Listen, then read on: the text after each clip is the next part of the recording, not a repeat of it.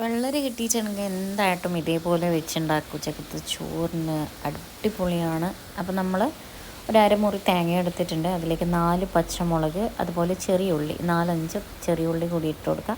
ഒരു 3-4-5 നമ്മുടെ വെളുത്തുള്ളി ഇട്ടിട്ട് കുറച്ച് വെള്ളം കൂടിയിട്ട് നന്നായിട്ടൊന്ന് അരച്ചെടുക്കുക. നല്ല പേസ്റ്റ് പോലെ അരച്ചെടുക്കുക. അതിന് കൂടെ നമ്മളൊരു 1 ടേബിൾ സ്പൂൺ ചെറിയ ജീരകം കൂടി ചേർക്കണം കേട്ടോ. എന്നിട്ട് നന്നായിട്ട് അരക്കുക. ഇനി നമ്മൾ അരമുറി വെള്ളരി തൊലി കളഞ്ഞിട്ട് ഉപ്പും വെള്ളവും ചേർത്തിട്ട് ഒന്ന് വേവിച്ചാണ്. കുറച്ച് മാത്രമേ വെള്ളം ഒഴിച്ചിട്ടുള്ളൂ. നേരത്തെ അരച്ചിട്ടുള്ള അരപ്പ് ഇതിലേക്ക് ചേർത്ത് കൊടുക്കുക. വളരെ സിമ്പിളാണ് ഉണ്ടാക്കാൻ വേണ്ടിയിട്ട്.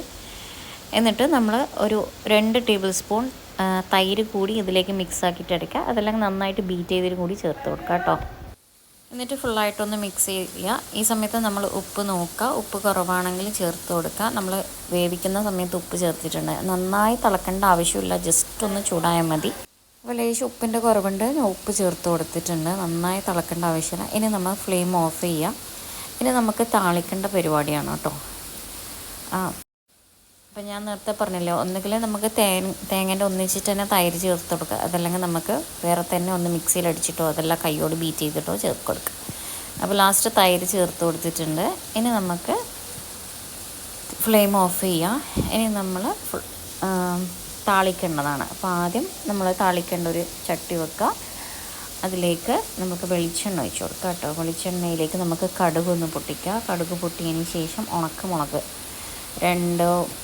രണ്ടോ ഒന്നോ ആയാലും എരിവിനനുസരിച്ചിട്ടുള്ള ഉണക്കമുളകൊന്ന് പൊട്ടിച്ചിട്ടിട്ടൊന്ന് പൊട്ടിച്ചെടുക്കുക. കുറച്ച് കറിവേപ്പിലും കൂടി ചേർത്ത് കൊടുക്കുക. എന്നിട്ട് ഫ്ലെയിം ഓഫ് ചെയ്യുക. അപ്പോൾ ഈ സമയത്ത് നല്ല മണം വരും. ഇനി നമുക്ക് കറിയിലേക്കൊന്ന് തളിച്ചു കൊടുക്കാം.